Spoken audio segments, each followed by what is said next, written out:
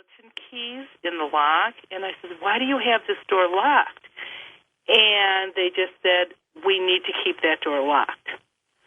So this one son is with me in the kitchen, and he says, okay, he says, now when you turn on the switch, there's only one light bulb on down there. If you walk into the basement farther and you sort of wave your hands in the air, you'll run across a string that's attached to another light. I said, okay. And he says, and be very careful because there's stuff piled everywhere. I said, okay. And he says, and I have to lock the door behind you. I said, what?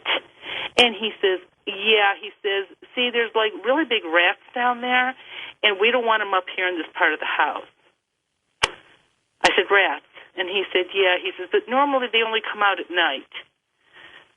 So he unlocks this door, lets me start down it, and literally locks the door behind me. I'm not afraid of ghosts. I don't do rats.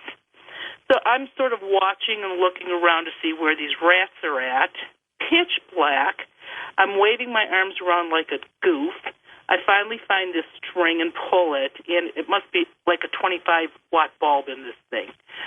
Junk everywhere, and musty, moldy, smelly, and I look right in front of me, and about 10 feet in front of me, there's one of those old fruit cellar doors that are made out of plank wood, and there's a big bullseye on it, and there's bullet holes in this door, and I'm thinking, I wonder if one of the old mafia people that used to live in this area died down here. Whoever this man was inside that room. So I'm walking toward that room, and there's a lasp on it, so I open that lasp up, and I go to pull that door open. It makes that crazy creak noise, screeching noise. Either the floor had come up or the wood did one of those things that it warps or something, but the door wouldn't open all the way. It got stuck like on the concrete step. And foolish me, instead of trying to pull with all my weight and open this door, I just opened it enough where I stuck my head in to see what was going on, to see if I could see anything. And son of a gun, didn't that ghost nail me? He scratched me right on the side of my neck. So I got a little angry about it.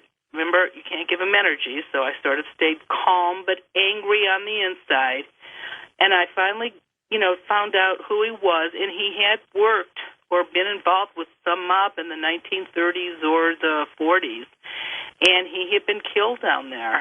And so I released him, and I went up the steps, and I had to knock to let them let me come back into the kitchen. And I didn't say anything about the scratch on my neck, but there was a roll of paper towels on this thing, so I wet the paper towels, and I just sort of held them to my neck where I'd gotten scratched.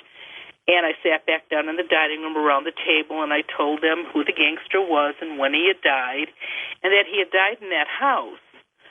And did they know the history of the house? And they had not. And so I finally take the wet paper towel down off my neck, and I don't know, people are sort of funny. I think that I would be upset to know that a gangster was, wiped out in my basement, but they started screaming, oh my God, rats must have scratched you. Did rats jump on you downstairs? So that's my Halloween story. It's a little bit different, a little bit scary, and, it's just one of those happy Halloween things.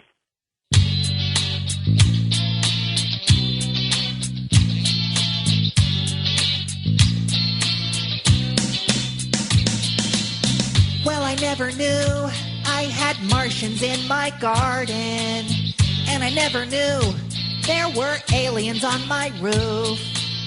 I got shadow people, and they're living in my basement. Got a funny feeling Bigfoot's gonna be here soon.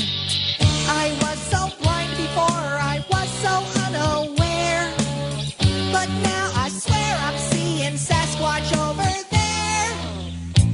I turned on my radio in the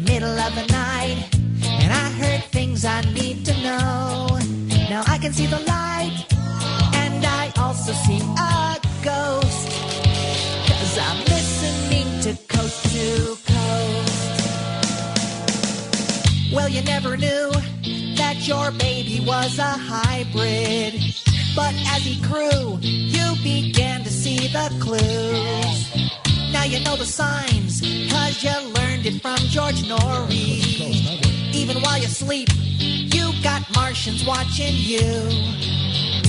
I turned on my radio in the middle of the night, and I heard things I need to know. And I can see the light, and I also see a ghost, 'cause I'm listening to Coast to Coast.